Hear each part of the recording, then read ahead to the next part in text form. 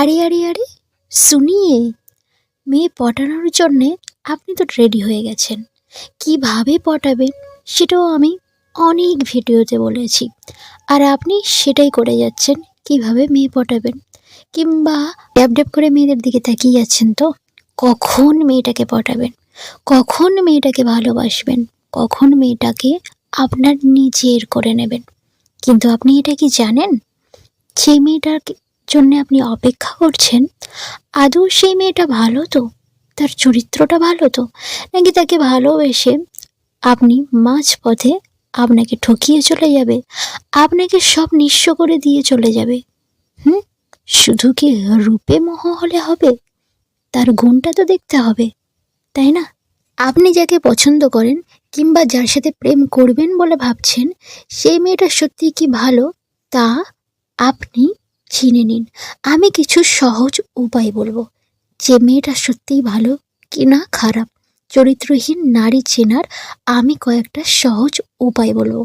আজ আমি 8টা উপায় বলবো, আর এই উপায়গুলো আপনি ভালোভাবে বুঝে নিন, যাতে আপনার ফিউচারে কোনো প্রবলেম না হয়।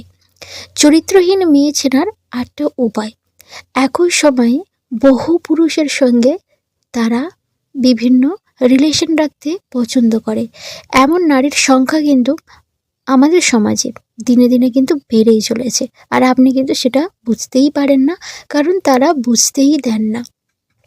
আর ওই রকম মেয়েদের সাথে যদি আপনি রিলেশন করেন, তাহলে আপনার লাইফ, আপনার ফিউচার একদম অন্ধকার। তাই জীবনটাকে সুন্দর করতে একজন চরিত্রবান সঙ্গীর কিন্তু খুবই প্রয়োজন। যারা জীবন সঙ্গী খুঁজছেন তাদেরকে তাই অবশ্যই জানতে হবে অসৎ নারীদের চেনার উপায়। তাহলে চরিত্রবান নারী সঙ্গীর নির্বাচনে আপনি অনেকটাই নিরাপদে থাকবেন। তো চলুন জেনে নিই অসৎ নারী বা খারাপ নারীদের চেনার কয়েকটা উপায়। নাম্বার 1, নারীরা ভীষণ লজ্জা পায়, কিন্তু যারা খারাপ নারী, যারা অসৎ নারী, তারা তাদের সামনে দেখে মনে হবে যে খুব ভদ্র। তাদের সামনে দেখে খুব ভদ্র মনে হলো, তাদের মধ্যে কিন্তু নির্লজ্জ আভাব প্রকাশ পায়। পুরুষদের চোখের দিকে চেয়ে থেকে এমনভাবে চেয়ে থাকে যেন মনে হবে যে যেন তার ভিতরটা পড়ে ফেলেছে। তার তাকানোর স্টাইলটা একদম অন্যরকম হবে। নারীর ওই দৃষ্টি পুরুষদের কিন্তু সর্বনাশের কারণ। এমন মেয়ে থেকে কিন্তু আপনি সাবধানে থাকবেন। এরা কখনোই কিন্তু পুরোপুরি বিশ্বস্ত হয়ে ওঠে না। তাকানোর ভঙ্গিমা কিন্তু আলাদা। একটা তাকানোর ভঙ্গিমা আছে যেটা আপনাকে ভালো লাগে, কিন্তু আরেকটা তাকানোর ভঙ্গিমা আছে যেটা এমনভাবে তাকাবে, তার তাকানোটা এতটাই খারাপ মনে হবে যেন আপনার ভিতরটা পড়ে ফেলছে। তো যদি এরকমভাবে তাকায়, মিষ্টিভাবে তাকালে, তাহলে ভাববেন মেয়েটা আপনাকে ভালো লাগে, ভালোবাসে। কিন্তু তার তাকানোর স্টাইল যদি রুক্ষ, তীক্ষ্ণ হয়, তাহলে ভাববেন এই মেয়েটার কিন্তু চরিত্র ভালো না।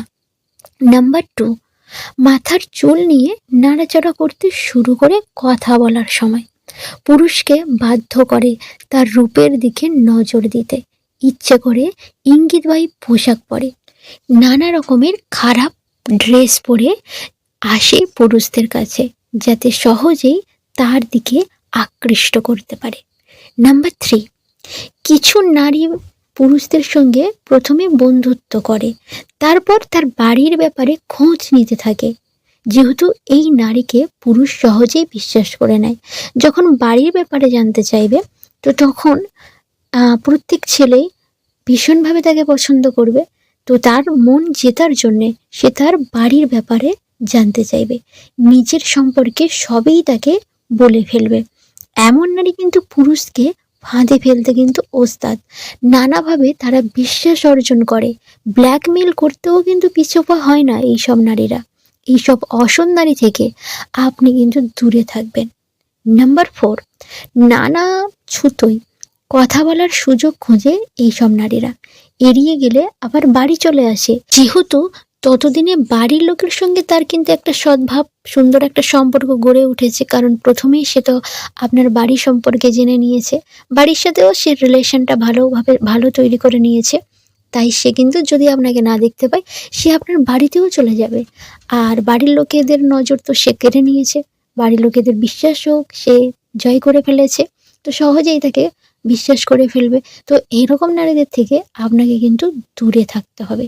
একটা কথা প্রথমেই বলে দিই, সবাই কিন্তু সমান নয়, ব্যতিক্রম অবশ্যই আছে। নাম্বার 5, বারবার দেখা করার ফাঁক খোঁজে।